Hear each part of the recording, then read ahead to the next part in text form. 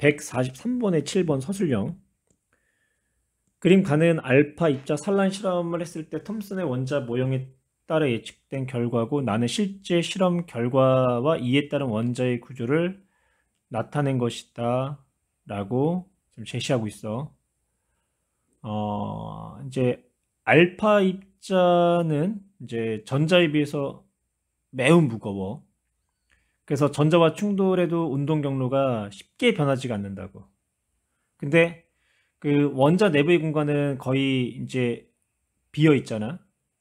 그리고 그 원자 내부에 원자 핵은 플러스의 전하를 띠고 있고, 그리고 알파 입자가 헬륨 원자 핵이기 때문에 플러스를 띈다고. 그러면 이 플러스를 띠고 있는 알파 입자가 굉장히 이 좁은 공간에 놓여 있는 원자 핵으로부터 산란이 돼. 그래서 얘네는 대부분 운동 경로가 변하진 않긴 한데 일부분이 산란된 헬륨 원자 핵은, 즉 양성자는, 아니 알파 입자는 경로가 예상하지 못한 경로로 휘어지는 그런 결과를 우리가 관찰할 수가 있다고. 그래서 이제 1번 가에서 모든 알파 입자가 직진하는 까닭을 서술하시오라고 했는데, 그 전자의 질량이 알파 입자에 비해 매우 이제 작기 때문이다라는 그런 이제 문장을 표현하면 되고요. 그리고 이 나에서 대부분의 알파 입자가 직진하는 까닭을 서술하시오라고 했어. 그 이제 원자 핵을 제외를 한다면 원자 내부는 이제 빈 공간이야. 그래서 이제 원자 핵을 제외하면 원자 내부의 공간이 거의 비어 있기 때문이다라고 표현을 해주면 돼요. 143의 8번 원자핵에 대한 설명으로 옳지 않은 것 그랬고요. 단 수소 원자 핵은 제외하면 전자의 전해량은 2이다라고 했어. 원자 핵은 러더퍼드의 알파 산란 입자 실험을 통해서 확인했죠.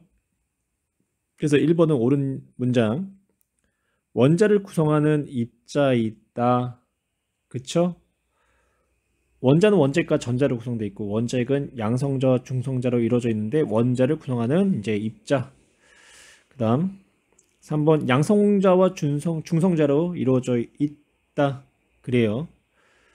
그 다음에 4번 원자 번호가 Z인 원자 핵의 전해량은 Z이다? 아니죠. 양성자의 전해량은 전자의 전해량과 동일하게 2라고 표현할 수 있고요. 원자 번호가 Z인 원자핵 속에는 양성자가 Z개가 들어있잖아. 그러니까 원자핵의 전해량은 2Z 혹은 ZE 이렇게 표현해야 되겠죠. 그래서 4번은 옳지 않은 문장. 5번 원자핵이 전하를 띠는 까닭은, 그렇죠, 양성자 때문이다. 중성자는 질량만 갖고 있지 전하는 띠지 않아. 11번 가는 금속구가 마이너스로 대전돼 있고, 그리고 눈금이 지금 0을 가리키고 있대. 이때 이제 나와 같이 전하량은 이제 A와 같은 금속구 B를 A로부터 1cm만큼 접근시켰더니 비트림 저울이 반시계 방향으로 회전하면서 0이었던 위치에서 16이라는 위치로 회전을 한 거야. 그러면 마이너스 금속구 A가 B 금속구로부터 밀려나간 거지. 청력이 작용했네. 그래서 B도 동일한 같은 전하리인 마이너스 전을 띄워야 되고요. 그 다음 니은 B의 전하량을 2배로 하면 저울의 눈금이 16을 가리킨다? 아니지. 전하량의 곱의 전기력은 비례하잖아. 그러니까 2배로 하면 32를 나타내야 될 거야. 그래서 니은은 틀렸고, 디귿 A, B의 사이 거리를 2cm로 하면 전기력은 거리의 제곱, 거리의 제곱에 반비례하니까 4분의 1배, 그래서 4를 가리켜야 되겠네. 그래서 정답은 기역과 디귿. 144의 12번 전화량이 플러스 3q 마이너스 q이고 크기가 같은 두 도체구 A, B가 거리가 r만큼 떨어져 있을 때 두 도체구 사이에 작용하는 전기력의 크기가 F이다. 두 도체구를 접촉시켰다가 그러니까 접촉을 시켰다가 뗀 다음에 다시 거리를 R에서 2R만큼 되도록 하였대. 그때 A, B의 전하량에 대해서 쓰고 A, B 사이에 작용하는 전기력의 크기를 각각 구하시오라고 얘기를 했네. 그러면 먼저 3Q하고 마이너스 Q가 이렇게 있다라고 한다면 이때 플러스 3Q하고 마이너스 3Q는 서로가 다른 전하를 띠기 때문에 서로가 잡아당기는 인력이 작용할 거라고. 그리고 이때에 서로가 잡아당기는 전기력은 작용과 반작용 관계에 놓여 있기 때문에 방향은 반대이고 힘의 크기는 서로가 같아야 돼. 그러면 이때 전기력의 우리 크기는 쿨롱 상수, 그러니까 전기력 상수 K에다가 두 물체 사이의 거리의 제곱. 근데 거리가 R만큼 떨어져 있다라고 하니까 R 제곱분의 전하량의 곱, 즉 3Q의 제곱 이렇게 나타낼 수가 있어. 그런데 얘네들을 어떻게 했냐면 플러스 3Q하고 마이너스 Q를 서로를 이렇게 접촉을 시키잖아. 그러면 이때는 이 좀 어려운 이야기가 되겠지만 정기적인 위치 에너지 차이, 즉 전위 차이라고 하는데 전위 차이에 의해서 서로가 전위가 같아지도록 마이너스 쪽에서 플러스 쪽으로 전자가 이동하게 돼. 때로는 플러스 플러스의 전기를 띈다고 해도 서로의 전하가 같아지도록 플러스 전위가, 그러니까 플러스 값이 작은 전하 쪽에서 플러스 값이 큰 전하 쪽으로 전자가 이동을 한다는 거야. 어떤 얘기냐면 이런 거죠. 왼쪽에는 플러스 5Q고요. 오른쪽에는 플러스 1Q라고 가정할게. 플러스 1Q. 얘네를 서로가 접촉을 시켰어. 그러면 플러스 값이 작은 쪽에서 플러스 값이 큰 쪽으로 전자가 이동을 하는 거야. 서로의 전하가 같아지도록. 다른 말로 서로의 전위가 같아지도록. 전이라는 개념은 물리 2에서 배워. 그러면 이때도 이제 마이너스 쪽에서 이제 플러스 쪽으로 전자가 이동을 할 거야. 전자가. 어떻게 될 때까지? 서로의 전하가 같아질 때까지. 그러면 이 경우에는 2분의 플러스 3Q 더하기 마이너스 Q만큼 얘네가 전하가 서로가 같아진다고. 그러면 어떻게 되겠니? 2분의 플러스 2Q니까 어떻게 돼? 플러스 3Q짜리는 플러스 Q가 되는 거고 마이너스 Q짜리도 플러스 Q가 되는 거야.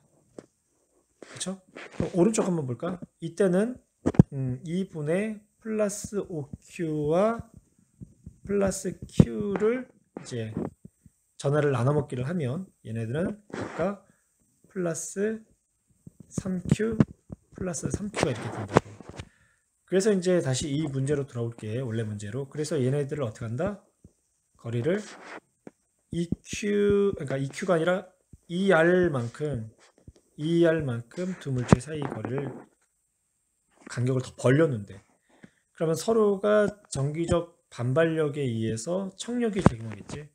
그때 두 물체 사이에서 작용한 힘을 F'이라고 한다면 상수 K의 거리의 제곱에 반비례하고 전하량의 곱에 비례하니까 이때는 4분의 1 KR 제곱분의 Q제곱 이렇게 나타낼 수 있다고. 그러니까 아까는 얼마였냐면 3에 비례했고 지금 뭐야? 4분의 1에 비례하는 거지. 그래서 크기가 얼마가 감소됐냐면 12분의 1. 그러니까 처음보다 12분의 1만큼 전기력의 크기는 감소해되고 A하고 B의 전하량은 둘 다 플러스 Q로 같아야 된다. 이렇게 설명을 하면 돼.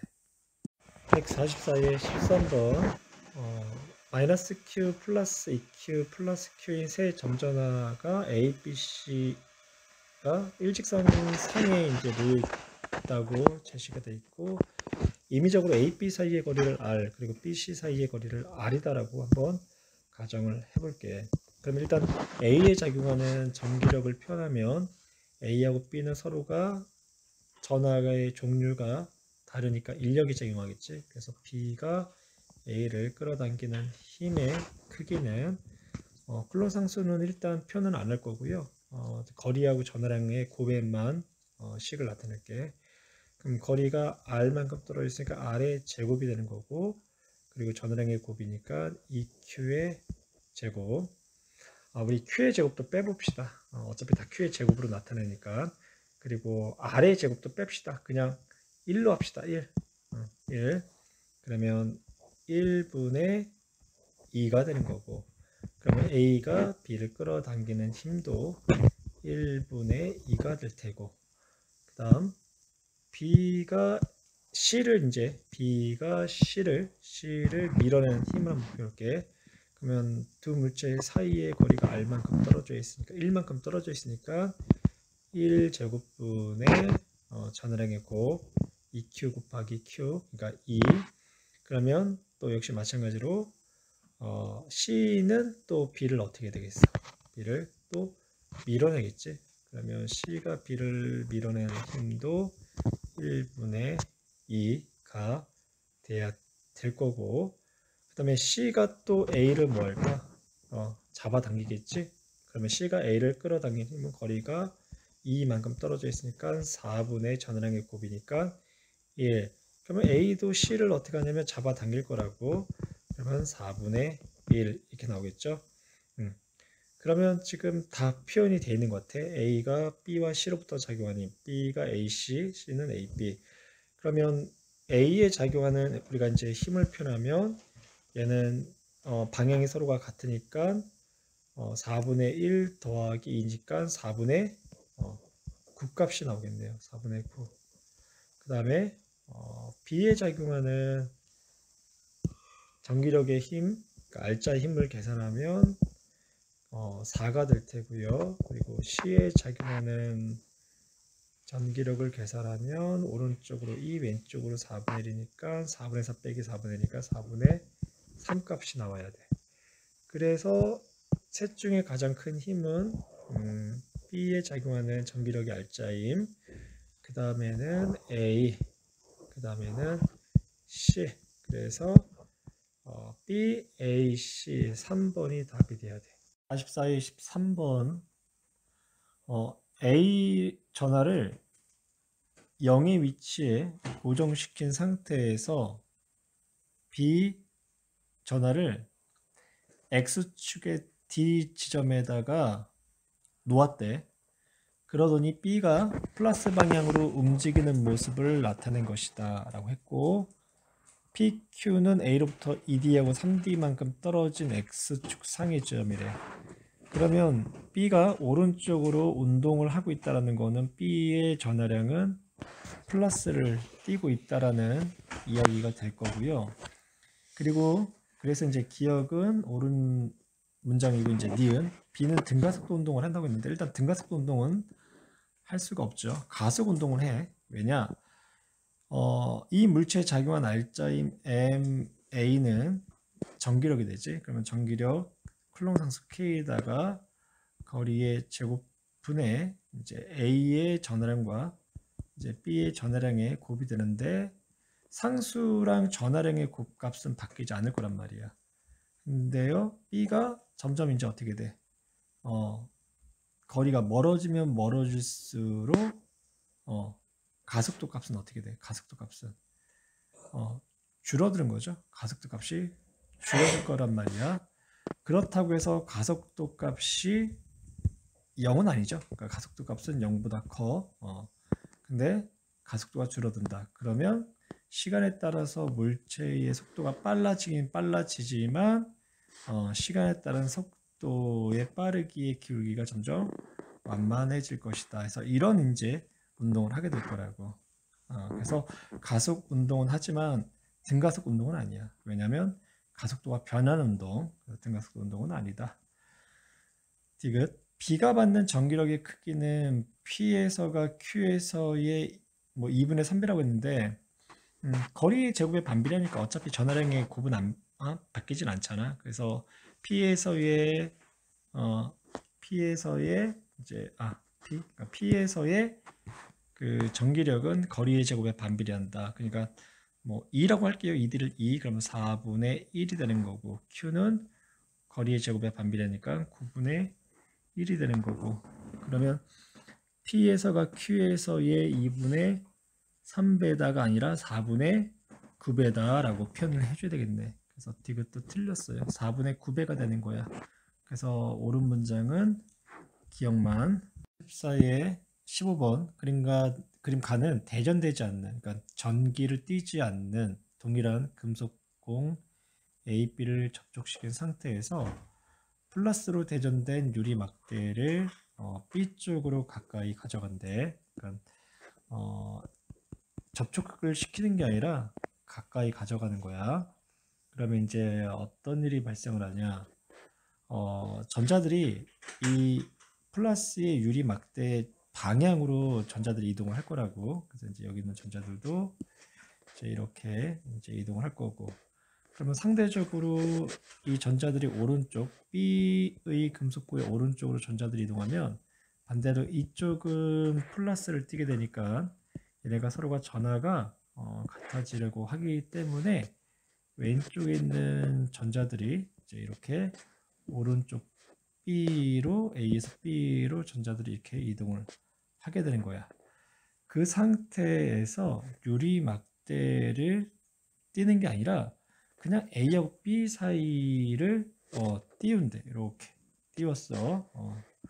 그러면 A는 플러스가 마이너스보다 많은 도체구가 되는 거고 B는 플러스보다 그러니까 A는 마이너스보다 플러스가 많은 도체구가 되는 거고 B는 플러스보다 마이너스가 더 많은 도체구가 되기 때문에 A는 플러스로 대전된 도체구가 되는 거고 B는 마이너스로 대전된 이제 도체구가 될 거라고.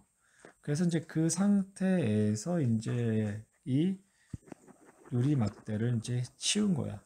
그래요. 그러면 이때 이제 A하고 B는 서로가 플러스 마이너스의 전기를 띠기 때문에 서로가 어떻게 하냐? 끌어당기는 인력이 작용을 하게 될 거라고. 그러면 가에서 B와 유리 막대 사이에는 전기적인 인력이 작용한다. 그렇죠? 아까 이제 B 쪽으로 이제 이쪽으로 전자들이 이동하니까 이쪽은 마이너스를 띠게 되니까 유리 막대하고 B 쪽에 오른쪽에 마이너스를 띠고 있는 부분과 서로가 다른 전기를 띠기 때문에 정전기적 인력이 작용하는 거고 그다음 니은에서 A는 마이너스 전을 띈다.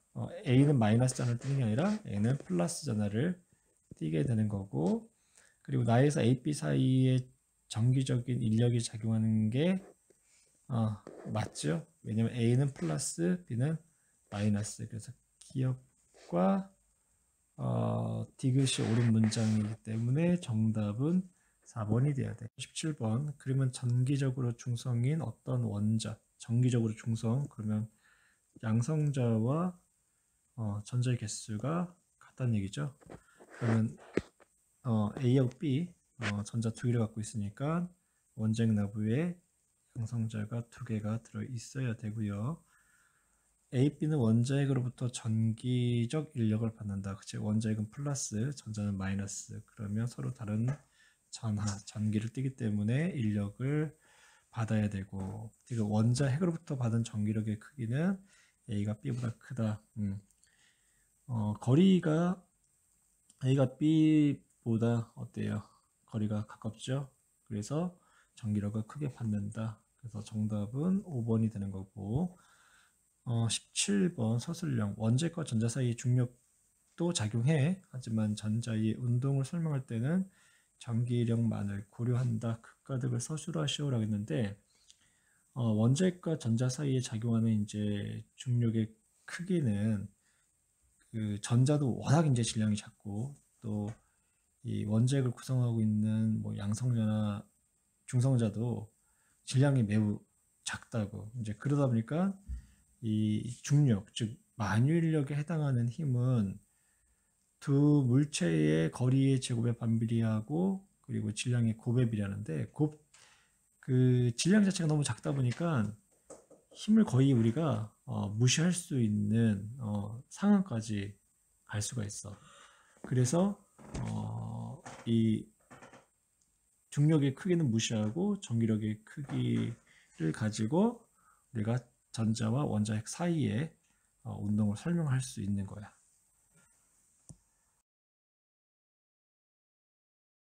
54페이지의 1번 그림은 백열등에서 나온 빛 A. 백열등 같은 경우는 그 안에 들어있는 이제 기체를 이제 이온화를 시키는 과정을 통해서 빛이 방출되는데, 이 빛을 분광기 갖다가 이제 분해를 하게 되면 연속적인 스펙트럼을 얻게 돼. 그래서 이런 연속 스펙트럼 같은 경우는 이제 그 고온의 이제 고체나 이제 액체가 열 복사라고 표현하는데, 이제 열 복사를 통해서 나오는 빛을 이제 프리즘 같은 분광기 갖다가 분해를 하면 연속 스펙트럼이 얻어지고, 또 지금 여기 문제처럼 뭐 백열등 이런 경우에도 연속 스펙트럼이 나온다라는 거야. 그래서 이제 저온의 기체를 이제 통과를 하는데, 어떤 특정한 저온의 기체, 그러면 저온의 기체를 구성하고 있는 원자들이 있고 그 원자 안에는 전자들이 있을 거라고. 그러면 전자들이 바닥 상태에 있다가, 그러니까 가장 안정한 상태의 전자들이 배열되어 있다가 얘네가 이제 빛 에너지를 받게 되면 특정한 에너지 준위까지 얘네가 들뜨게 된다고. 그러면서 거기에 해당하는 그 빛의 에너지의 파장이 스크린상에 나타나질 않는 거야. 그걸 우리가 이제 흡수 스펙트럼이다라고 표현을 하게 된다고. 그럼 보기로 넘어가면 A가 프리즘을 통과하면, 그렇죠, 연속 스펙트럼이 나타나는 거고, 그 다음 니은 B가 프리즘을 통과하면 흡수 스펙트럼이 나타난다. X의 방출 스펙트럼과 흡수 스펙트럼의 선의 위치는 동일하죠. 그래서 스펙트럼, 즉 흡수나 방출 스펙트럼은 사람으로 따진다면 지문과도 같아. 그래서 특정한 이제 스펙트럼을 원자들마다 다 갖게 된다고. 그래서 정답은 5번이 돼야 돼. 152페이지에 3번 그림은 헬륨 기체가 들어있는 방정관에서 나오는 빛을 분광기로 관찰한 스펙트럼을 나타내었다. 그렇죠? 이제 왼쪽을 할수록요 파장대가 길어지고요, 오른쪽을 할수록 파장대가 짧아지지. 그러면 이제 이에 대한 설명으로 옳지 않은 것을 물어보겠는데, 1번 러더퍼드 원자 모형으로 설명할 수가 없죠. 러더퍼드 원자 모형으로는 우리가 연소 스펙트럼을 설명할 수 있는 거지, 이렇게 선 스펙트럼의 경우는 설명할 수가 없어. 그래서 선 스펙트럼은 보어의 원자 모형으로부터 설명이 가능한 거고, 그래서 1번 옳지 않는 내용. 그래서 정답은 1번. 헬륨 원자의 전자는 에너지가 양자화되어 있다. 그러니까 에너지가 양자화되어 있다라는 거는 에너지 준위가 어떠한 특정한 값을 가지고 있다. 그러니까 그 특정한 값 외에는 갖질 않는다라는 거야. 그 다음 3번 진동수가 가장 큰 빛의 속도는 진공 중에서 언제나 30만 km/c로 일정해. 그럼 빛의 속도는 진동수 곱하기 파장으로 표현할 수 있는데, 파장이 짧다라는 거는 진동수가 크다라는 거고, 반대로 진동수가 작다라는 거는 파장이 길다는 얘기죠. 그러니까 438쪽으로 갈수록 진동수는 어떻게 돼야 돼? 진동수는 증가를 해야 하는구나. 그래서 진동수가 가장 큰 빛의 파장은 438 나노미터의 빛이고, 광자의 에너지는 파장이 667 나노미터인 빛이 504인 나노빛보다 작다. 광자라는 표현이 있지. 광자라는 거는 우리가 이제 물질의 이중성 부분에서 이제 배우게 될 텐데, 광자라는 거는 이제 빛은 우리가 이제 파동이다라는 걸로 이제 알고 있단 말이야. 파동 맞아. 근데 이 빛을 어떻게 설명을 하냐? 빛을 빛 알갱이로 표현하는 거야. 알갱이. 그러니까 빛을 광자로 표현하는 거는 얘는 이제 이 입자처럼 이제 표현을 하게 된다고. 빛은 파동이 맞는데요, 때로는 이 파동성을 띠고 있는 빛이 입자성을 나타내기도 해. 또한 입자성을 나타내는 물질이 또한 파동성을 나타내기도 하는데 이런 관계를 우리가 물질의 이중성이다라는 표현을 쓴다고. 그래서 667나노미터인 빛이 504인보다 작다라고 했는데 그러면 이제 광자의 에너지, 빛 에너지 E는 프랑크 상수에다가 빛의 진동수로도 표현할 수 있고 그리고 프랑크 상수에다가 빛의 파장분의 빛의 속도. 그래서 진동수가 클수록 다른 말로 파장이 짧을수록 에너지가 크다. 그러니까 667나노미터가 파장이 기니까 에너지는 즉 광자 에너지는 작아야 되겠죠. 그 다음에 5. 백열등 같은 경우는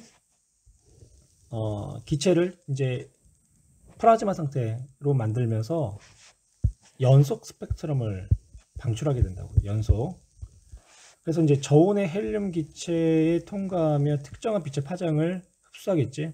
그러면 587나노미터인 위치에서 검은 선이 나타난다. 그러겠죠. 지금 방출의 반대, 방출 스펙트럼에 대한 반대가 흡수 스펙트럼이란 말이야. 그러면 헬륨 기체는 저온이 아니라 고온이 아니라 저온 상태에 나오게 되면 670, 587, 504, 492 이런 똑같은 형태의 빛을 흡수하게 되는 거고 나머지 부분이 이제 어떻게 돼? 연속적인 형태의 빛으로 나타나게 된다는 거야. 53페이지의 5번 보어 원자 모형에 대한 설명. 옳지 않은 내용. 전자는 원자 핵 중심으로 특정한 궤도에서 원운동한다. 2번 전자가 궤도에서 원운동할 때는 전자기파를 방출하지 않는다. 3번 전자의 에너지는 양자화되어 있다. 1번과 2번과 3번을 같이 묶어서 설명할 수 있는데 보어의 원자 모형은 원자 핵으로부터 특정한 궤도에서만 원운동을 해. 그리고 그 특정한 궤도에서 원운동할 때는 전자기파를 방출하지 않아. 그러면 언제 전자기파를 방출하거나 혹은 흡수하냐? 에너지가 높은 에너지 준위에서 에너지 준위가 낮은 궤도로 떨어질 때 에너지를 방출하는 거고, 반대로 에너지 준위가 낮은 궤도에서 에너지 준위가 높은 궤도로 갈 때는 거기에 해당하는 에너지를 흡수하게 된다고.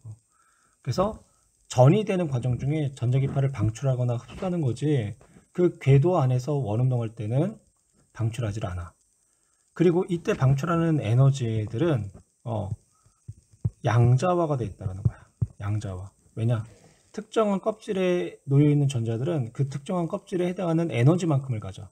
그러니까 수소 같은 경우는 얘네가 n번째 껍질에 존재할 때 얘네가 갖는 에너지는 n제곱분의 13.6 일렉트론 볼트만큼의 에너지를 갖게 된다고. 그러면 그 껍질에 해당하는 그 차이만큼의 에너지, 그러니까 연속적이지 않고 어떤 값으로 이렇게 정량화되어 있는 그런 이제 에너지를 방출하거나 흡수하게 돼. 그래서 이거 우리가 에너지가 양자화되어 있다라고 표현을 한다고. 그 다음 4번 전자는 원자 핵에 가까울수록 불안정하다. 에너지 차원으로는 우리가 에너지가 크면 클수록 불안정하다고 얘기해. 그러면 원자 핵에 가깝다라는 거는 에너지 준위가 낮다는 얘기잖아. 그러면 에너지 준위가 낮다라는 거는 그만큼 어때? 안정하다는 얘기지. 그래서 들뜬 상태의 전자들이 바삭 상태 혹은 에너지 준위가 낮은 상태로 전이 되는 이유가 들떴을 때, 들떴다라는 건 에너지 준위가 높은 상태를 말하는 거고, 그래서 들뜬 상태의 전자들이 에너지 준위가 낮은 상태로 전이하면서 전자기파를 방출을 하게 되는 거야. 그래서 4번이 옳지 않은 내용. 5번 전자가 전이할 때 방금 이제 이야기한 거죠. 그래서 5번의 답은 4번. 153페이지 6번과 7번 그림은 보어의 수소 원자 모형 그리고 표는 양자수 n에 따른 전자의 따른 전자의 에너지를 나타낸 것이다. 이에 대한 설명으로 옳은 것 그랬는데 에너지 준위가 높을수록 그렇죠? 주양자 수가 증가할수록 에너지는 어떻게 된다? 증가하게 된다. 그래서 수소의 경우는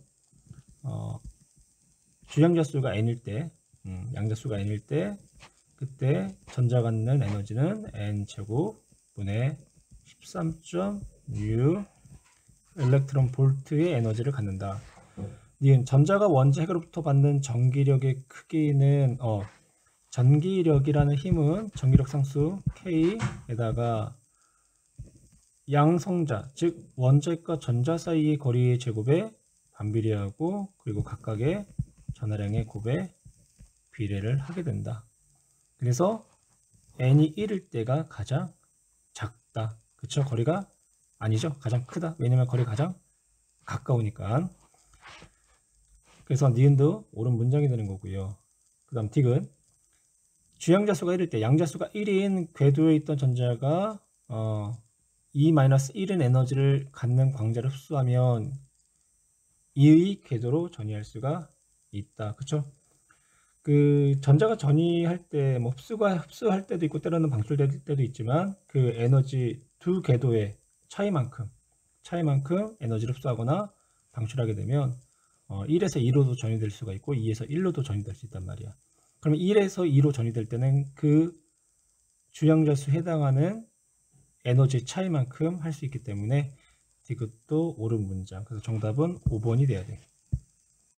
153의 7번 전자가 주양자수가 3인 궤도에서 주양자수가 2인 궤도로 전이할 때 방출하는 빛의 파장을 풀이 과정과 함께 구하시오. 프랑크 상수 주어졌고 빛의 속력 주어졌고 그러면 이제 우리가 두 가지 식을 한번 써볼 건데 그 광자의 에너지는 프랑크 상수에다가 이제 빛의 진동수로도 표현할 수 있고 그리고 프랑크 상수에다가 빛의 파장분의 C 이렇게 표현할 수가 있어.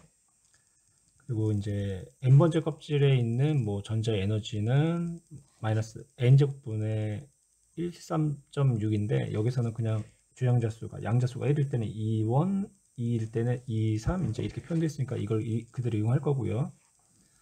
그러면 이제 우리 n번째에서 n번째 궤도로 전자가 전이할 때 그때 이제 방출된 에너지의 양은 n번째 빼기 n번째 그럼 이거는 파장을 표현한다면 이렇게 나타낼 수가 있다. 그러면 여기서는 3에서 2로 전이가 됐대요. 3에서 2 그러면 3 빼기 2 그러면 3 빼기 2 이제 이렇게 나타낼 수 있고 이제 크기만을 이제 물어봤으니까 크기만을 물어봤으니까 뭐 플러스 마이너스 신경 쓰지 말고요. 그래서 절대값 지울 거고 그래서 파장은 2, 3 빼기 2분의 프랑스 곱하기 빛의 속도다. 이렇게 이제 나타나면 돼요. 53의 9번 고의 수소원자 모형 전자의 전이 A, B, C를 나타냈고 A, B, C에서 방출되는 광자의 진동수와 광자 한 개의 에너지를 나타냈다. 얘는 양자수. 양자수에 따른 에너지 준위를 우리가 한번 나타내 보면 먼저 A부터 할게요. 그러면 A는 세 번째에서 첫 번째로 떨어졌죠. 그러면 이때 에너지 준위 차이는 2, 3 빼기 2, 1이 되는 거고 그건 우리가 진동수로 나타낼 때 프랑상수에 곱하기 이때의 진동수 FA다. 그러면 이제 B의 경우는 3에서 2로 전이되기 때문에 2, 3 빼기 2, 2가 되는 거고 이때는 FB다. C의 경우는 2에서 1이 되기 때문에 2 빼기 1이 되는 거고 이거는 FC다. 이제 이렇게 나타낼 수가 있겠네요. 그럼 이제 보기로 갑시다. FA는 얘는 3에서 1로 떨어질 때 FB 더하기 FC는 3에서 2에서 1이니까 결론적으로 어때? 이건 서로가 같다. 그래서 A의 진동수나 FB 더하기 FC는 같다. 니은 A는 B 더하기 C와 같다. 뭐 똑같은 얘기죠. 그래서 니은 옳은 문장이 되는 거고요.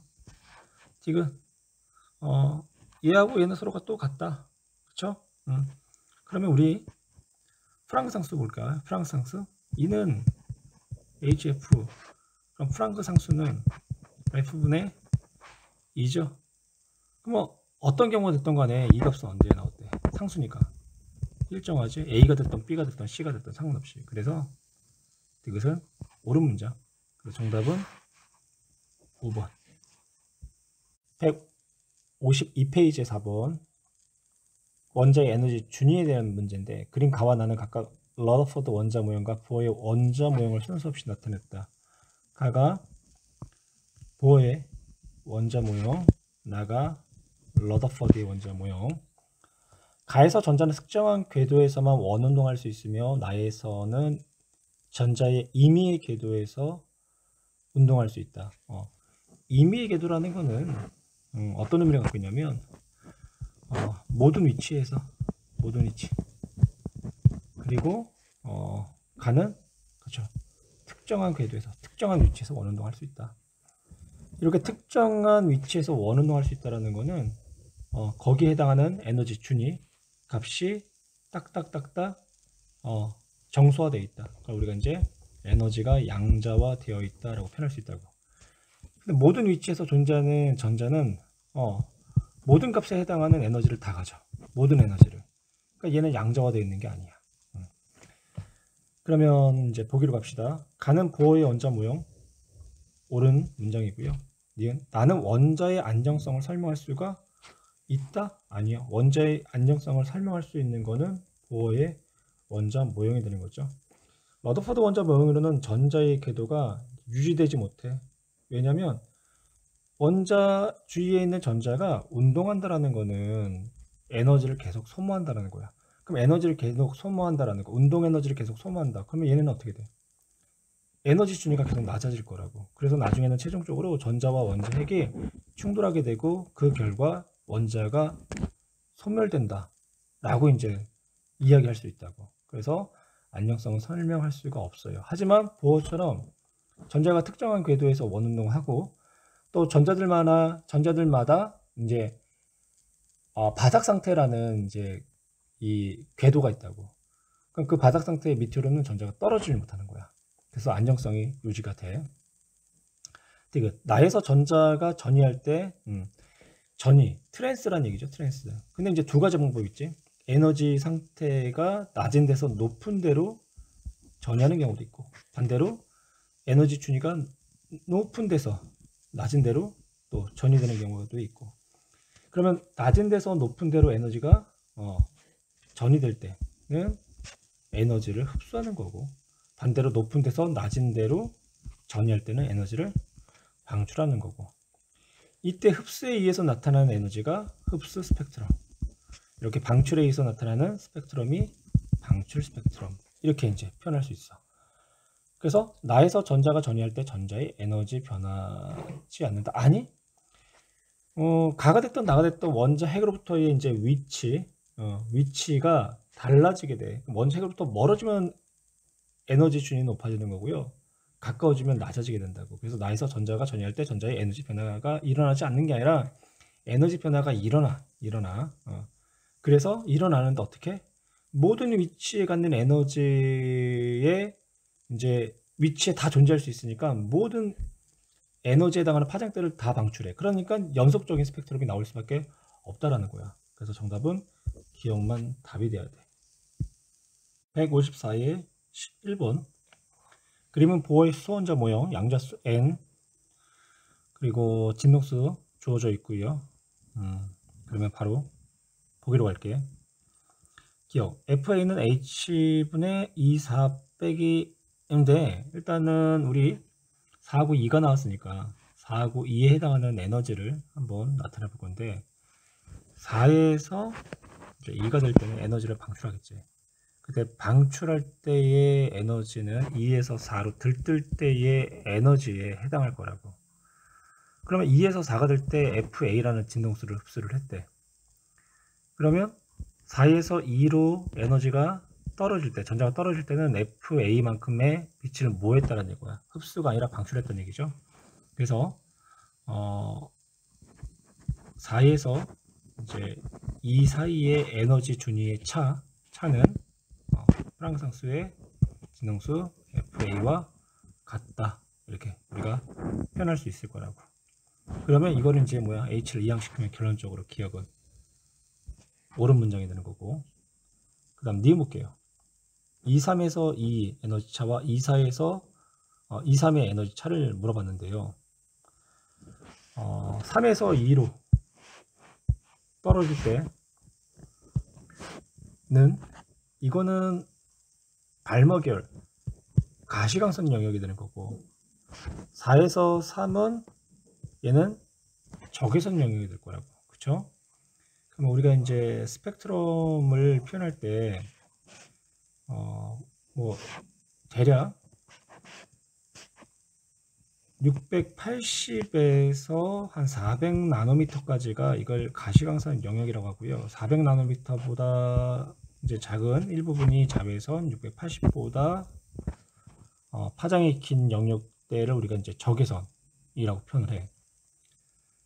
그러면 가시광선을 기준으로 적외선은 파장이 길기 때문에 가시광선보다 에너지가 어떻다? 에너지가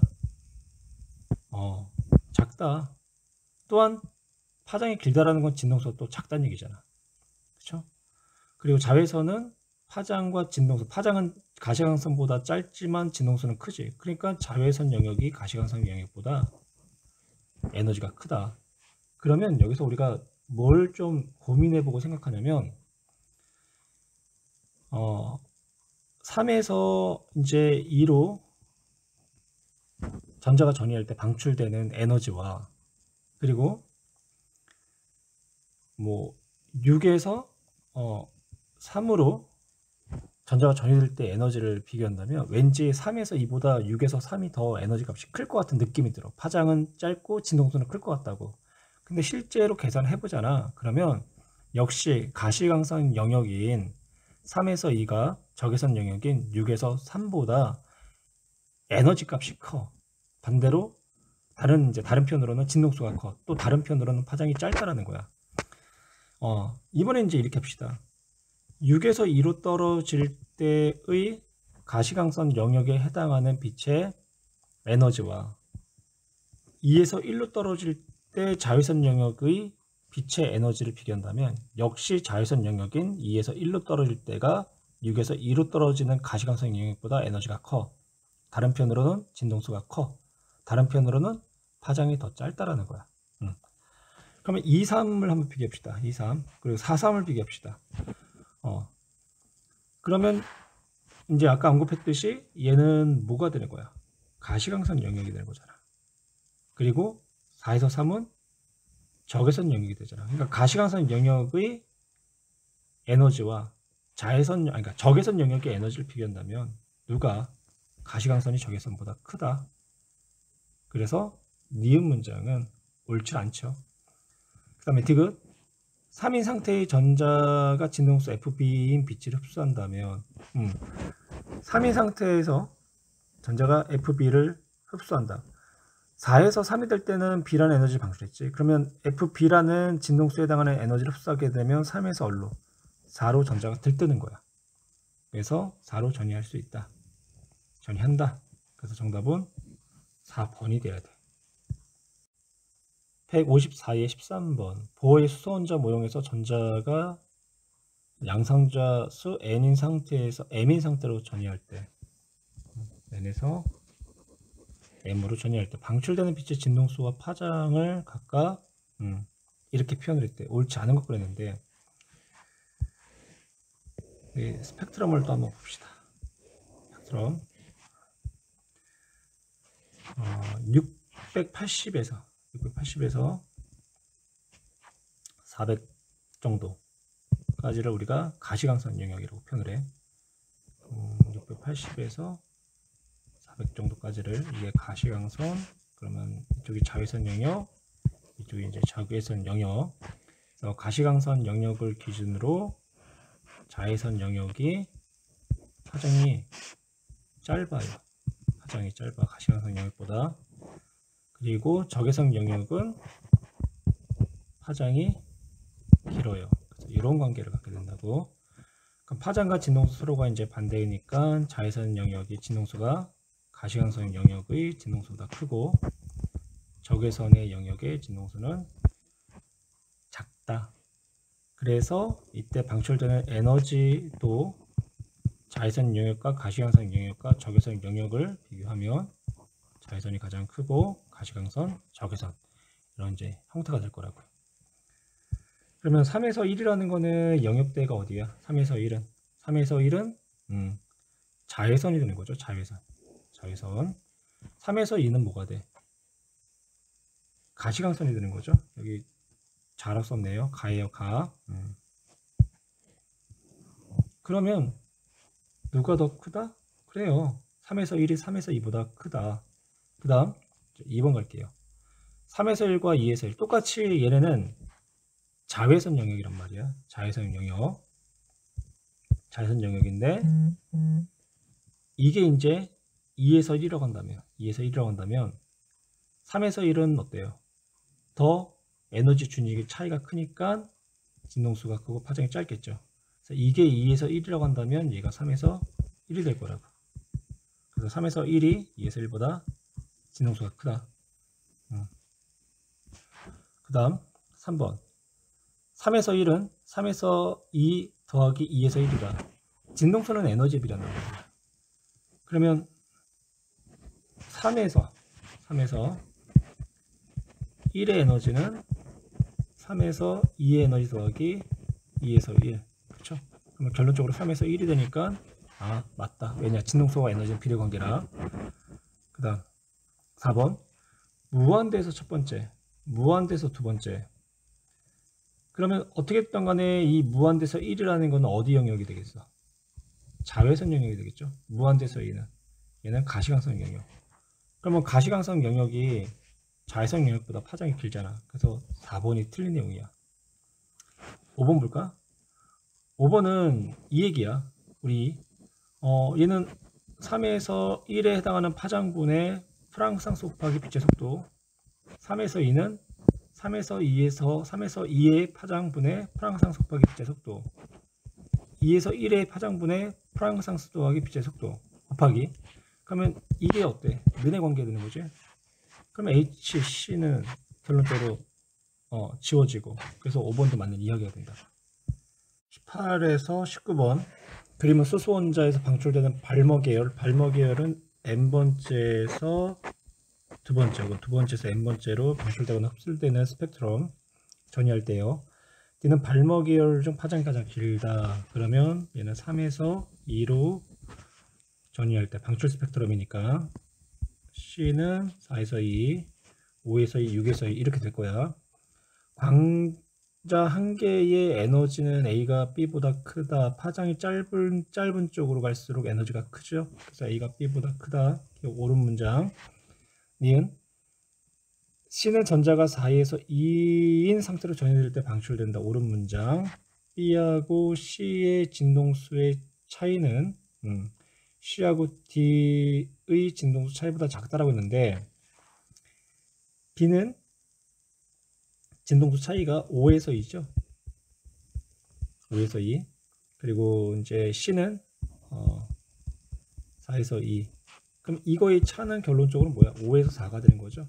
5에서 4는 CD의 진동수 차. 그러면 C는 4에서 2. 그리고 D는 3에서 2. 그럼 그 차이는 4에서 3이 되는 거죠. 그래서 작다. 어때요? 얘는 4로 떨어지는 거고 얘는 3으로 떨어지는 거고. 그래서 진동수는 4에서 3이 더 크다. 그래서 디귿 문장은 역시 옳은 문장. 그래서 정답은 5번. 5페이지에 21번. 수소원자 모형. 양자수가 1에서 4까지의 에너지 준위와 전자 전위 A, B, C를 나타냈고요. 각각 해당하는 에너지를 표현하면 A에 해당하는 에너지는 3에서 2.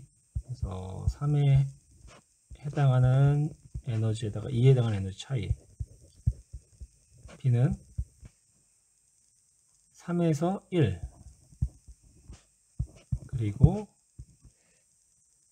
C는 4에서 2.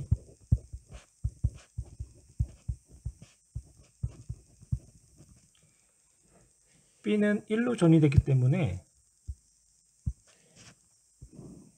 이 경우 자외선의 빛이 방출될 거고, A하고 C는 2로 전이되기 때문에 가시광선 영역에 빛이 방출이 돼야 할 거야. 이때 방출되는 에너지의 크기는 B가 가장 크고요. 그리고 4에서 2, 3에서 2 순서대로 되겠죠. 그래서 C, A 순서가 된다. 그러면 진동수도 B, C, A가 되는 거고, 파장은 반비례하니까 어떻게 되겠어? 파장은 쓸 공간이 안 되네. 그냥 위에다 쓸게요. B가 파장 가장 짧고, 그 다음에 C, 그 다음에 A 순서가 된다.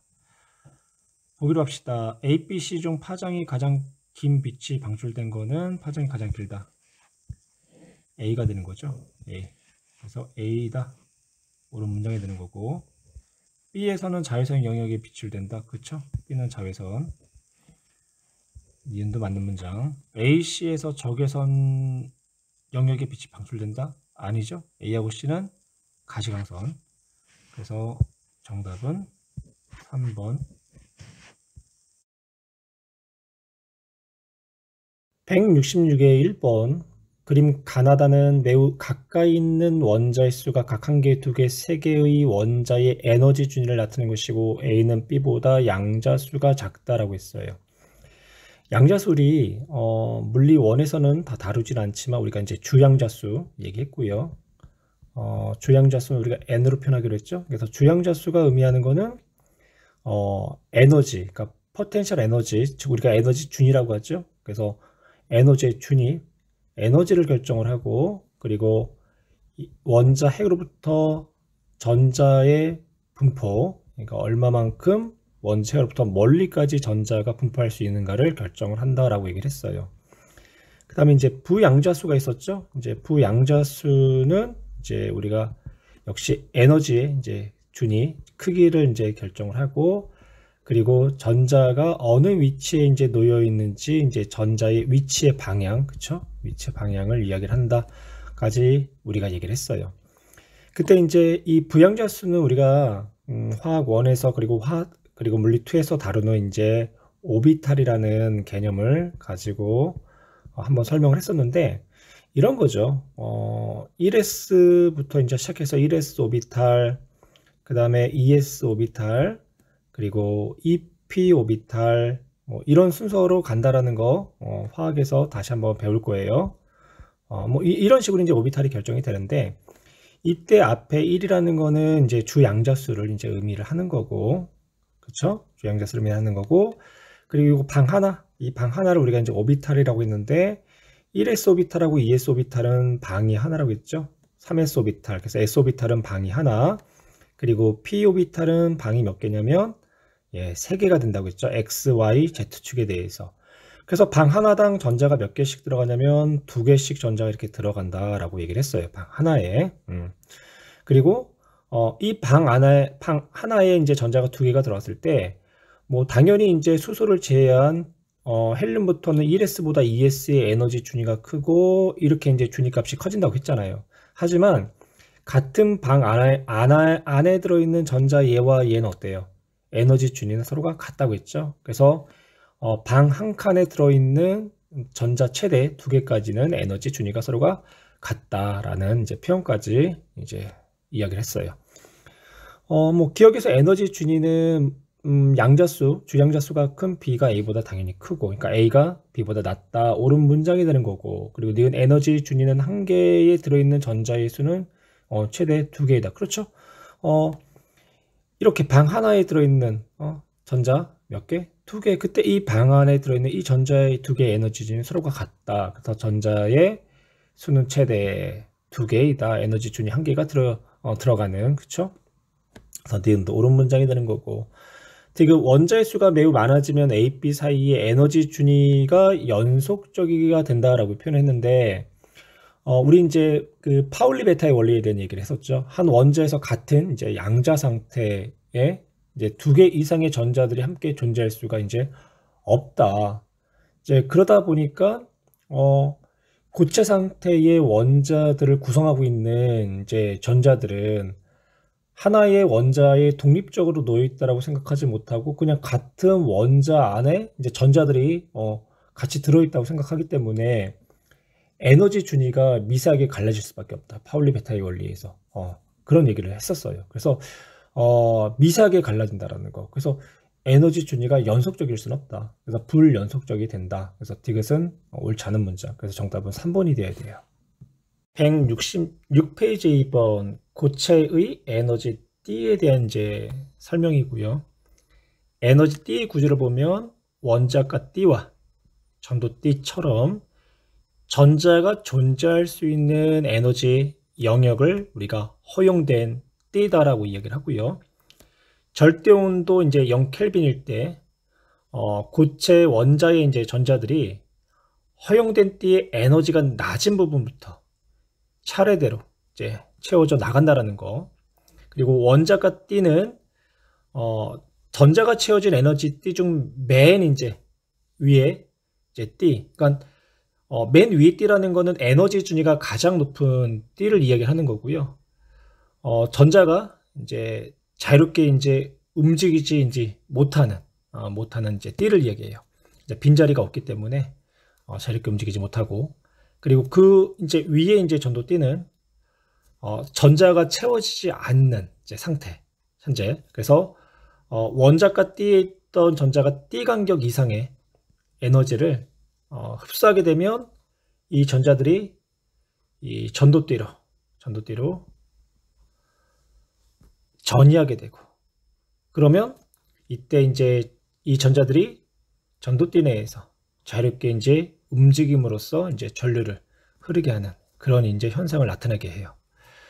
띠 간격은 도체, 반도체, 그리고 이제 절연체에 따라서 크기, 그러니까 사이의 간격의 차이가 보이는데, 도체는 원자가 띠와 전도띠가 중첩되어 있거나 이제 붙어 있을 때, 그리고 절연체는 원자가 띠와 전도띠의 간격이 굉장히 이제 멀리 떨어져 있는 상태, 반도체는 어중간하죠. 그래서 이 띠 간격 사이에서는 전자가 이제 존재할 수 없는 공간이라는 거. 그러면 이제 1번부터 한번 볼게요. 전도띠는 원자가 띠 아래에 있다. 전도띠는 원자가 띠 아래에 있는 게 아니라 원자가 띠 위에 있는 거죠. 전도띠는 자유전자가 완전히 채워진 띠다. 전도띠는 자유전자가 완전히 채워진 띠가 아니라 원자가 띠가 전자가 완전히 채워진 띠를 이제 이야기를 하는 거고. 3. 원자가 띠는 양공이 채워졌다라고 했는데요. 양공이라는 거는 이제 이 원자가 띠에 있는 전자가 전도띠로 이렇게 전이를 하게 되면 이로 인해서 이제 이 빈자리, 그러니까 빈자리, 그러니까 빈 자리를 우리가 양공이다라고 표현을 해요. 그래서 이 양공이 생기게 되면 그 이웃한 전자가 그 양공을 채워지면서 전자들이 뭐 할 수 있냐면 움직일 수 있기 때문에 꼭 플러스 전하를 띤 입자가 전자의 움직임의 반대 방향으로 흐르는 그런 이제 현상을 이제 나타낸다라는 거죠. 그래서 3번은 원자가 띠는 양공이 채워진 띠가 아니라 전자가 채워졌고 이 전자의 전이에 의해서 생긴 빈자리가 양공이다. 그래서 3번도 옳지 않은 문장. 4번 허용된 띠 내에서, 즉 원자가 띠하고 전도띠 내에서 이 전자의 수가 늘어나게 되면, 그러니까 고체 상태를 이뤘을 때 수많은 원자에 의한 전자들이 허용된 띠 내에서는 에너지의 이제 준위를 서로가 다르게 나타나다 보니까 너무 많은 전자에 의해서 에너지 준위는 불연속적인 게 아니라 연속적으로 이제 된다라는 거. 그래서 이제 4번 틀렸고, 5번 0켈빈에서 전자는 허용된 띠에, 그렇죠? 에너지가 낮은 부분부터 채워져 나간다. 그래서 정답은 5번이 되겠네요. 166의 4번 그림은 수많은 원자들이 매우 가깝게 위치하여 만들어진 에너지 띠 구조를 나타낸 것이다. 고체의 에너지 띠를 나타낸 거고요. 1번 기체 방정관에 있는 기체의 에너지를 준위를 나타냈다. 기체 에너지 준위는 주위의 원자의 영향을 받지 않죠. 그래서 1번 옳지 않은 문장. 2번 원자에 가까울수록 T의 에너지 값이 그쵸? 작아지죠. 그래서 전자는 허용된 T에서 에너지가 낮은 부분부터 이제 채워진다라는 거. 그래서 에너지가 낮을수록 원자핵에 가깝다. 2번이 옳은 문장. 3. 에너지 T 내에서 전자의 에너지 준위는 모두 같다라고 표현했는데요. 아래쪽으로 갈수록 낮아지고 위쪽으로 갈수록 에너지 준위가 커진다. 옳지 않은 문장. 4번 T 간격이 좁을 경우 T 간격의 전자가 존재할 수 있다라고 했는데요. T틈, T 간격 사이에는 에너지 준위가 존재하지 않죠. 그렇죠. 그래서 이 물질에 따라서 T 간격이 좁을 수도 있고 넓을 수도 있지만 T 간격 자체의 전자는 존재할 수 없다. 4번도 옳지 않은 문장. 5. 위쪽으로 할수록 원자에게 아니죠. 멀어지는 거죠. 그래서 정답은 2번. 166의 5번. 그림은 고체의 에너지 T를 나타낸 것으로 A는 전자가 채워져 있지 않고, 그러면 A는 전도띠가 되는 거죠. 그리고 그 바로 아래 C가 원자가띠. 그리고 A, B, C는 셋 다 전자가 존재할 수 있는 혹은 채워질 수 있는 허용된 띠가 되는 거고, 그리고 B가 띠 간격 혹은 띠 틈이라고 표현하죠. 기억 A, C, D는 모두 허용된 띠다. 옳은 문장이 되는 거고요. 니은 D는 전자가 완전히 채워진 띠다. 그쵸? C 원자가 띠가 전자가 다 채워졌기 때문에 그 아래에 있는 띠도요, 전자가 완전히 채워져 있어야 돼요. 디귿 B가 작을수록 전기 전도성이 커진다. 그렇죠. 띠 간격이 작아질수록 그렇죠. 원자가 띠에 있는 전자가 전도띠로 쉽게 전이할 수 있기 때문에 전기 전도성이 커진다. 그래서 디귿도 옳은 문장. 그래서 정답은 5번. 166의 6번. 자유전자와 양공에 대한 설명이 있죠. 자유전자와 양공은 이 전하 나르는 이제 원인이 되고요. 그래서 우리가 전하 나르게라고도 표현을 해요. 자유전자는 이제 원자가 띠에 이제 전자가 에너지를 얻어서 이제 전도띠로 이제 전이된 전자를 이야기하는 거고, 작은 에너지만 주어도 어때요? 자유롭게 움직일 수 있죠. 그래서 에너지 상태가 이제 바뀔 수가 있어요. 그리고 양공은 이제 전자 전이로 인해서 원자가 띠에 생긴 빈 공간 혹은 이제 빈 자리라고 표현할 수가 있고, 이웃한 이제 전자가 그 공간을 채워지면서 양공이 전자의 흐름에 반대 방향으로 이제 움직일 수 있기 때문에 우리는 이 양공을 빈 자리, 빈 공간이지만 플러스 전하를 띤 입자와 같은 역할을 한다라고 하는 거고, 그래서 전하 나르게다라고 표현을 하게 되는 거예요. 1번 자유전자는 전도띠로 전이된 전자. 옳은 문장. 자유전자는 작은 에너지만 주어도 쉽게 이동할 수 있다. 역시 옳은 문장이죠. 3번 양공은 전자의 전이로 인해 원자가 띠에 생긴 빈 공간, 빈자리. 3번도 옳은 문장이고요. 4번 양공은 한 번 생기면 제자리에서 움직일 수가 없다가 아니라 전자의 흐름에 의해서 양공은 반대 방향으로 움직이고, 그래서 전하 나르게다 라고 표현을 한다. 5번 자유전자와 양공 모두 전하 나르게가 될 수 있다. 그래서 4번이 옳지 않는 문장이 되는 거죠. 167회 이제 7번 고체 전기 전도성에 대한 설명. 도체, 절연체, 반도체의 전기 전도성에 대한 이야기를 지금 하고 있는 거죠. 구리와 같은 금속을 우리가 도체라고 얘기하죠. 도체. 그래서 전류가 잘 흐르는 이제 물질을 이야기하는 거고, 또 에너지의 띠의 구조를 본다면 이제 원자가 띠가 이제 일부가 차 있거나 혹은 원자가 띠하고 전도띠가 서로가 이제 겹쳐 있는 상태, 중첩되어 있는 상태. 그래서 띠 간격이 없는 이제 그런 구조를 나타내고 있고, 그리고 뭐 전자의 이제 이동을 이야기한다면 띠 간격이 이제 없기 때문에 약간만의 이제 에너지만 딱 줘도 전자가 쉽게 이제 전도띠로 이제 이동하게 되고, 그래서 그 안을 자유롭게 이동하기 때문에 전류가 굉장히 잘 흐른다라는 거. 그리고 전류가 이제 흐르는 정도, 혹은 뭐 이 전기 전도성이라고 하죠. 그래서 전기 전도성이 매우 크다. 전기 전도성이 크다라는 거는 전기 저항이 매우 작다라는 이야기가 되는 거예요. 그래서 이런 이제 금속성 원소들, 뭐 금덩어리, 은덩어리, 구리 덩어리, 철덩어리, 알루미늄들처럼 금속 결합으로 이루어져 있는 금속 결정들이 이제 대표적인 이 도체성 이제 물질, 그러니까 도체다라고 표현할 수가 있는 거고요. 그래서 이제 1번 구리와 같은 금속은 전류가 잘 흐른다. 뭐 맞는 얘기고요. 그리고 도체는 원자가 띠와 전도띠 사이 간격이 그쵸. 겹쳐져 있기 때문에 띠 간격이 없다. 니은도 맞는 이야기. 그다음에 3번 규소와 같은 반도체는 극저온에서 전류가 잘 흐른다라고 했는데 이제 우리 규소는 14족이죠. 절마늄처럼. 그래서 규소하고 절마늄 같은 경우는 우리가 이제 순수 반도체다라고 얘기를 하고, 그래서 약간 이제 도체하고 절연체 중간 정도의 이제 물질이다라고 생각하면 되죠. 그래서 이 원자가 이제 띠가 완전히 이제 채워져 있고요. 그리고 이제 띠 간격이 이제 좀 좁다. 모에 비해서, 절연체에 비해서.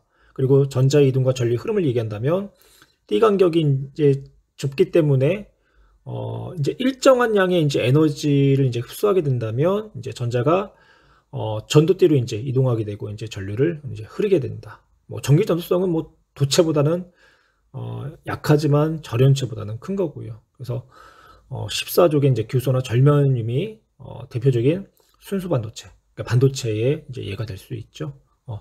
근데 4번에서는 규소, 3번이죠. 규소와 같은 반도체는 극저온에서 전류가 잘 흐른다? 흐를 수 없죠. 그러니까 이 띠 간격을 이동할 수 있는 만큼의 에너지를 흡수해야 되니까 극저온에서는 전류가 흐를 수는 없어요.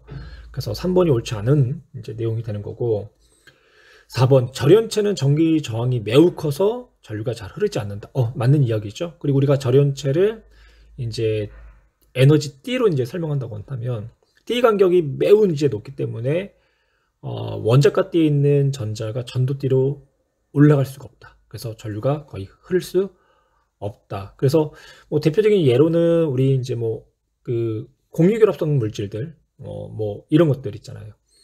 그래서 뭐 나무나 고무, 뭐 유리 이런 것도 될 수가 있고, 이런 이제 이 비금속성 물질들이 이제 공유결합으로 이루어져 있는 형태가 대부분이 절연체를 이제 형성하고 있다. 5번 0켈빈에서 절연체와 반도체는 원자가 띠는 완전히 그쵸? 뭐 당연한 뭐 맞는 뭐 설명을 이야기하는 거고요. 그래서 옳지 않은 문장은 이제 3번이 되겠네요. 167페이지의 10번 표는 20도에서 몇 가지 물질의 전기 전도도를 나타냈는데요. 20도에서 전기 전도도는 도체인 구리와 알루미늄이 상당히 크죠. 값들이 10의 7승의 값을 갖네요. 그리고 규소는 반도체 10의 마이너스 3승 값을, 그리고 유리는 절연체 마이너스 15에서 11승 값을 이제 갖게 되는 거죠. 그리고 보기에 비저항이라는 이제 개념이 나와 있는데, 저항의 비율이다라는 뭐 그런 의미로 해석을 해도 되고요. 그래서 비저항이 크다라는 거는 그만큼 저항이 크다.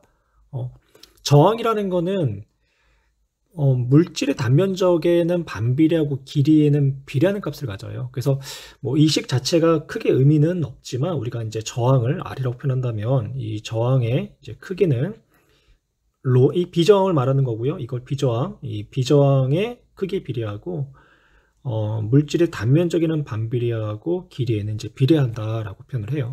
그래서 같은 단면적의 길이라고 가정했을 때 비저항값이 크다라는 거는 저항값이 어때요? 크다라는 거죠.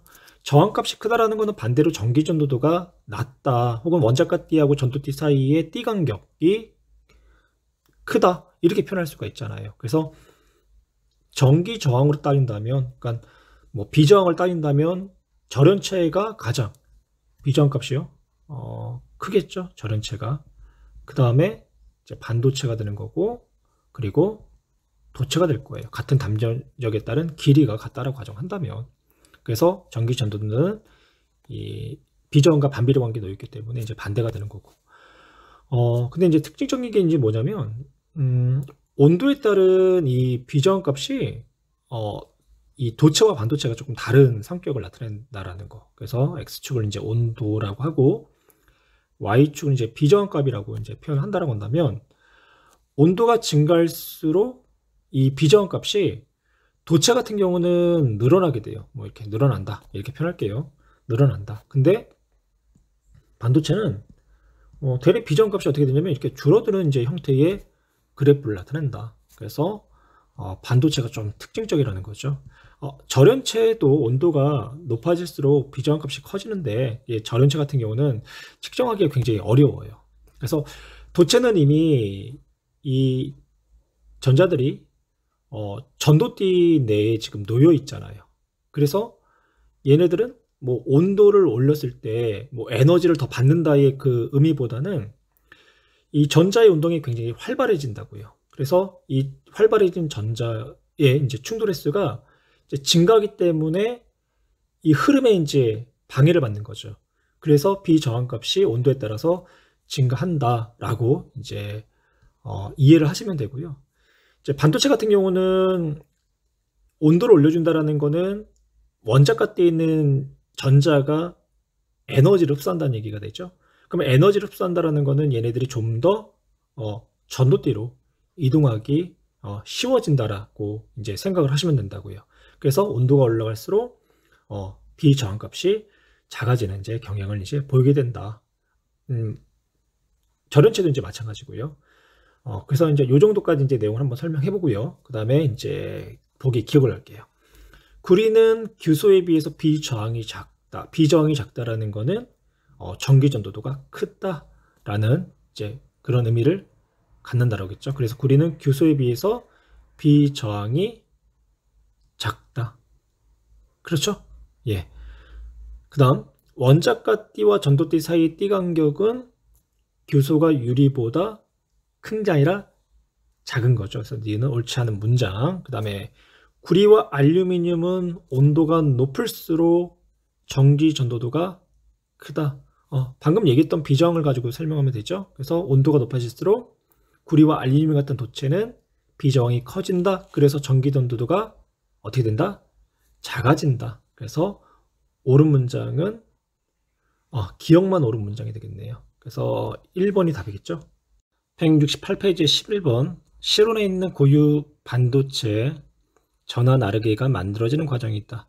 전하 나르게 자유전자와 양공을 우리가 전하 나르게다라고 표현을 하죠. 보기 A와 B의 개수는 같다. A는 자유전자가 되는 거고요. 그리고 B가 양공이 되겠네요. 원자가 띠에 있던 자유전자가 전도띠로 이동하면서 그 빈 공간을 우리는 양공이라고 하는 거죠. 그래서 자유전자의 개수와 양공의 개수는 같아야 된다. 기억 옳은 문장이 되는 거고요. 니은 역시 옳은 문장이죠. 디귿 B에 의해 전류가 흐를 때 양공은 플러스 전하와 같은 역할을 한다. 그죠? 그래서 디귿도 옳은 문장. 정답은 5번이 되겠네요. 168페이지에 12번, 13번 도핑에 대한 이제 설명으로 옳지 않은 거. 도핑이라는 거는 순수 반도체에다가 13족 혹은 15족을 의 불순물을 섞는 그 과정을 우리가 도핑이라고 하고, 그러면 순수 반도체가 13족이냐 15족이냐에 따라서 불순물 반도체, P형 반도체와 N형 반도체로 우리가 구분할 수 있겠죠. 1번 도핑은 고유 반도체의 띠 간격 사이에 새로운 에너지 준위를 삽입하는 것과 같다. 그렇죠? 그래서 우리가 원자가 띠 바로 위에 새로운 이제 에너지 이제 준위가 생기는 이제 경우도 있고, 그리고 전도띠 바로 아래 또 새로운 에너지 준위가 이제 생기는 경우도 있고, 이렇게 두 가지로 나타낼 수가 있죠. 그래서 이제 P형 반도체에서는 이제 도핑에 의해서 이제 양공이 원자가 띠 바로 이제 위에 새로운 에너지 준위를 만드는 거고, 그리고 이제 그러면 이제 원자가 띠의 전자가 새로운 이제 에너지 준위로 쉽게 이제 전이할 수 있기 때문에 순수 반도체보다 더 전기 전도성이 뛰어나게 되는 거고, N형 반도체 마찬가지로 이제 도핑에 의해서 이제 남는 전자가 전도띠 바로 아래에 이제 새로운 에너지 준위를 만들고, 그래서 이렇게 새롭게 만들어진 이제 에너지 준위에 이제 채워진 전자가 쉽게 전도띠로 이제 전이할 수 있겠죠. 14번 문제를 통해서 다시 한번 이제 그림을 통해서 설명할 거고요. 그래서 1번은 옳은 문장이 되는 거고요. 2번 P형 반도체는 첨가한 불순물이 양공의 개수를 증가시킨다. 이것도 이제 옳은 문장이 되는 거죠. 그래서 13족은 원자과 전자가 이제 3개. 그래서 14족 원소인 순수 반도체하고 이제 공유 결합을 형성했을 때에 오택 규칙을 만족하기 위해서 전자가 하나가 부족하죠. 그 부족한 이제 전자의 그 빈 공간을 우리가 양공이다라고 설명을 하는 거고, 그래서 양공의 개수를 증가시키는 것이다. 옳은 문장. 3번 N형 반도체는 도핑에 의해 양공보다 전자의 개수를 더 많아질 것이다. 3번 옳은 문장이죠. 그래서 14족에다 이제 15족을 이제 도핑하게 되면 오택 규칙을 만족하게 되고, 그리고 이제 불순물 하나다 결합하지 못한 이 전자, 잉여 전자라고도 표현할 수 있고요. 이 전자가 많아지게 되는 거죠. 3번 옳은 문장. 4번 고유 반도체의 원자과 전자가 5개의 원소를 첨가하면 잉여 전자, 남는 전자에 의해서 네거티브 N형 반도체가 되는 거고, 4번 옳지 않은 문장. 고유 반도체에 15족 원소를 첨가하면 N형 반도체가 된다. 옳은 문장이 되는 거죠. 13번을 바로 넘어갈게요. 그림은 고유 반도체의 붕소를 소량 첨가하여. 붕소는 원자과 전자가 3개, 우리가 이제 13족 원소라고 할 수 있고요. 이렇게 만들어진 이제 불순물 반도체, 그러니까 14에 13이 섞였으니까 전자가 하나 부족하죠. 그래서 이제 양공에 의한 이제 P형 이제 반도체다라고 이야기할 수 있는 거고. 그래서 붕소의 원자과 전자는 3개, 옳은 문장이 되는 거고, 이 불순물 반도체는 P형 반도체다. 역시 옳은 문장이 되는 거고요. 이 불순물 반도체는 주로 전자가 전류를 흐르게 한다라고 했는데, 불순물 반도체의 이제 P형 같은 경우는 이제 양공에 의해서 전류가 주로 흐르게 한다라는 표현을 써야 되겠죠. 그래서 이것은 옳지 않은 문장. 그래서 정답은 3번. 168페이지의 14번하고 15번, 우리가 앞에서 12번, 13번 문제를 통해서 이제 도핑하는 과정, 그리고 P형 반도체, N형 반도체, 그리고 새로운 에너지, 이제 준위, 이런 것들에 대해서 이야기를 했었어요. 그리고 이제 14번에서 다시 그림을 통해서 설명을 한다라고 이제 이야기를 했고요. 그럼 가하고 나를 이제 바로 이제 들어가 볼게요. 가는 원자간 띠 위에 새로운 에너지 이제 준위가 이제 생긴 거죠. 그리고 나는 전도띠 바로 아래에 새로운 에너지 준위가 생긴 거고, 가는 P형 반도체가 되는 거고요. 나가 N형 반도체가 되는 거예요. 가 P형 반도체. 14족의 원자과 전자가 3개인 뭐 붕소나 혹은 알루미늄 혹은 갈륨이나 인듐이라는 이제 원소들을 이제 불순물로 섞으면 오택 규칙을 만족하지 못하고 전자 하나가 부족하기 때문에 그 빈자리 이제 양공이 이제 생성되게 되겠죠. 그래서 이 양공이 전원 나르게 이제 역할을 이제 하게 되는 거예요. 그래서 이 13족이라는 불순물에 의해서 원자과띠 바로 위에 이제 새로운 에너지 준위, 이 준위를 우리는 이제 밖의 준위다라고 표현을 해서 원자과 전자띠에 있는 전자가 이 밖의 준위까지 이제 올라가게 되면, 그때 원자과 띠에 또한 양공이 생기고 그 양공의 이제 빈 자리에 전자들이 이동하면서 전류가 흐르게 된다. 그래서 더 적은 에너지를 통해서 우리가 전류를 흐르게 해줄 수 있는 그런 이제 반도체구나 라고 이해하시면 되고, 이제 나로 가면 이제 N형 반도체라고 했죠. 이제 원자과 전자가 이제 5개인 이제 15족 원소, 뭐 인이 될 수도 있고 질소 혹은 안티몬이나 혹은 뭐 비소 등이 있죠. 이런 이제 불순물을 섞게 되면 오택 규칙을 만족하고 나서 결합에 참여하지 못하는 전자가 이제 각각 하나씩 남을 거예요. 이걸 우리가 이제 남는 전자라고 해서 잉여 전자다라고 표현하는 거고, 이 잉여 전자가 이제 원자에는 되게 약하게 이제 속박되어 있기 때문에 자유전자처럼 자유롭게 이제 이동할 수 있어요. 그렇다고 자유전자는 아닌 거고요. 그래서 이 전자가 전하 나르게 이제 역할을 하게 되는 거고, 그래서 이제 N형 반도체는 이제 15족 불순물에 의해서 전도띠 바로 아래에 새로운 이제 에너지 준위가 만들어지고, 이 준위를 우리는 이제 주계 준위다 라고 표현하는 거고, 그래서 원자과 D가 완전히 이제 채워져 이제 있기 때문에 전자는 이제 새롭게 만들어진 이제 준위로부터 이제 채워지고 전자가 쉽게 전도대로 이제 전이할 수가 있다. 그래서 가는 P형, 나는 N형 반도체를 이제 이야기한다. 15번으로 바로 넘어갈게요. 가와 나는 실온에서 규소, 이제 규소는 이제 14족 순수 반도체가 되는 거고요. 원소 X와 Y를 첨가하여 만든 불순물 반도체의 원자 주변의 전자 배열을 나타냈다고 했는데, 지금 가는 보니까 이렇게 뭐예요? 전자가 있죠? 남았죠? 이거 우리가 이제 잉여 전자라고 이제 표현하고, 뭐 남는 전자라고 해도 되는 거고. 반면에 이제 나는 보니까 전자가 채워지질 못했네요. 그래서 이제 얘가 양공의 역할을 하게 된다. 그래서 가는 전자가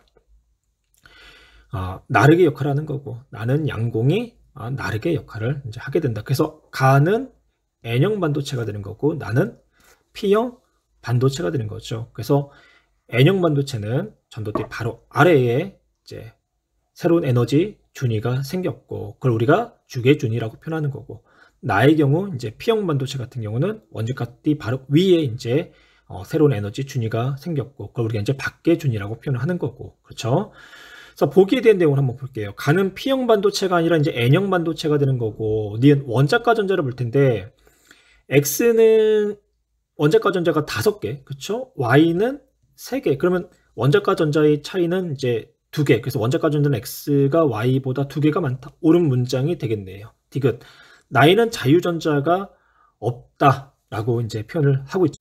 여기서 말하는 이제 자유전자는 이제 전류를 이제 흐르게 하는 이제 전자를 이제 이야기하는 거고, P형 반도체에도 이제 전류를 흐르게 해주는 이제 전자가 이제 존재를 하죠. 그런데 이 양공이 또 상대적으로 이제 밀도가 높게 나타나기 때문에 전자에 의해서 전류가 흐르는 게 아니라 꼭 양공에 의해서 전류가 이제 흐르는, 그 양공이 전자 나르게 이제 역할을 하기 때문에 자유전자가 이제 없다라고 이제 우리가 착각하는 경우도 있고요. 그래서 자유전자가 없다가 아니라 자유전자가 있다. 그래서 정답은 2번이 되겠네요. 169페이지에 17번 P형 반도체와 N형 반도체를 접합시켜 만든 다이오드를 지금 나타내고 있죠. 기억은 P형 반도체의 주요 전하 나르게 양공이 되는 거고요. 니은은 N형 반도체의 주요 전하 나르게 전자가 되겠네요. 그래서 기억, 니은은 양공이 아니라 전자가 되는 거고, 전지의 플러스 극을 A에 그리고 마이너스 극을 B에 걸어주면 전류가 흐른다. 이걸 우리가 이제 순방향이라고 하죠. 그래서 순방향 전압에 의해서 전류가 흐른다. 니은 옳은 문장이 되는 거고요. 전류가 흐를 때 기억과 니은은 접합면에서 결합을 한다. 맞는 문장이죠. 그래서 P형 반도체의 양공이 N형 반도체 쪽으로, 그리고 N형 반도체 쪽에 전자가 이제 P형 반도체로 이제 이동하면서 접합면에서 이제 결합을 하게 되죠. 그래서 양공과 전자가 접합면을 쉽게 통과하기 때문에 전류가 이제 흐르게 된다. 그래서 디귿도 옳은 문장. 그래서 정답은 5번이 되겠네요.